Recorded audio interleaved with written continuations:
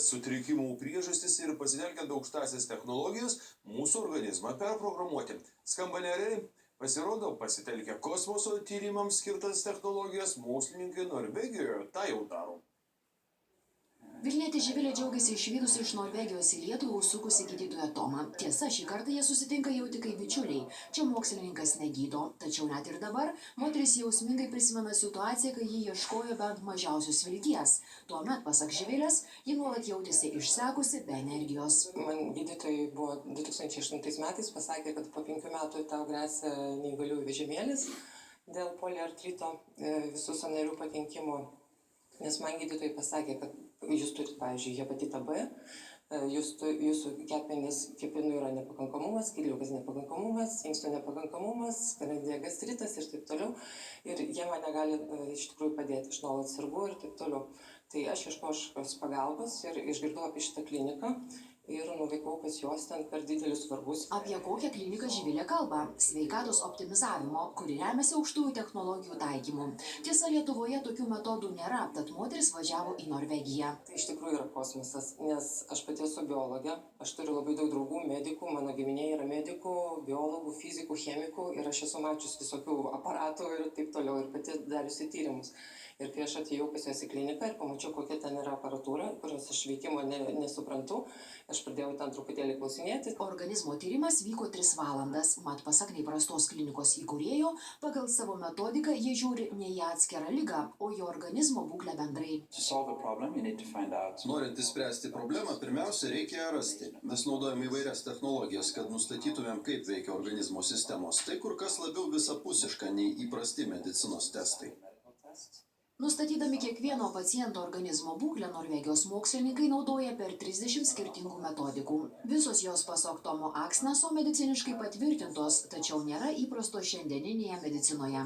Kai kurios sukurtos remiantis kosmosui skirtais tyrimais. Tarkim, tirdami širdies ir kraujagyslių sistemą, šie Norvegijos medikai apjungia 9 skirtingas metodikas. Gavę duomenis juos išskaido, sugretina skirtingų tyrimų rezultatus ir taip tiksliai nustato, kur ir kodėl yra sutrikimas.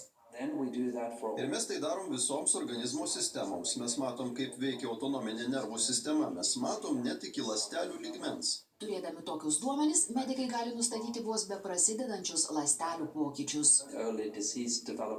Iš ankstinės ligos užuomazgas dar prieš ligai susiformuojant organų funkcijas, mes iš tiesų nustatom visą pradinę organizmo būklę. Skamba neįtikėtinai, tačiau grįžkim prie Živilės, kaip tai atrodo realybėje. Tai aš prie to aparato ten sėdėjau 5 valandas. Ir tiesiog į tavo tas target vietas, ta prasme, nukreipta šviesa ir naikinamas virusas. Nėra jokių vaistų, ta prasme, nedavė jokios chemijos, jokių aparatų, kurie galėtų irgi dar turėti.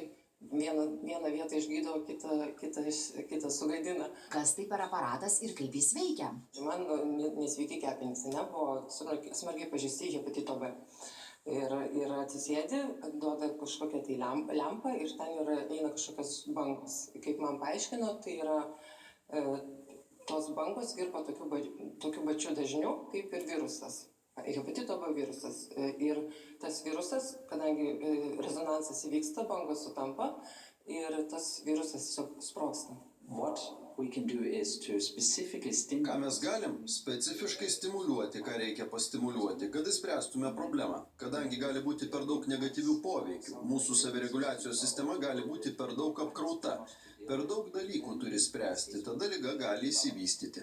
Gal tai ilgalaikis procesas? Živilė sako, į gydymo įstaigą važiavusi 1 kartą, buvusi 3 dienas. Po 2 mėnesių po grįžimo aš nuėjau pasitikrinti rezultatų ir tos ligos nebebuvo. Mano organizme hepatito B nebėra. Kaip tai vyko? Pasak naujo metodų kūrėjų, mūsų organizmas pats turi mechanizmus ir gali save gydyti. O pasitelkiant aukštąsias technologijas, esą galima mūsų organizmo mechanizmus perprogramuoti ir priversti juos vėl veikti. Sveikata tai ir judėjimas, ir sostinės slidininkai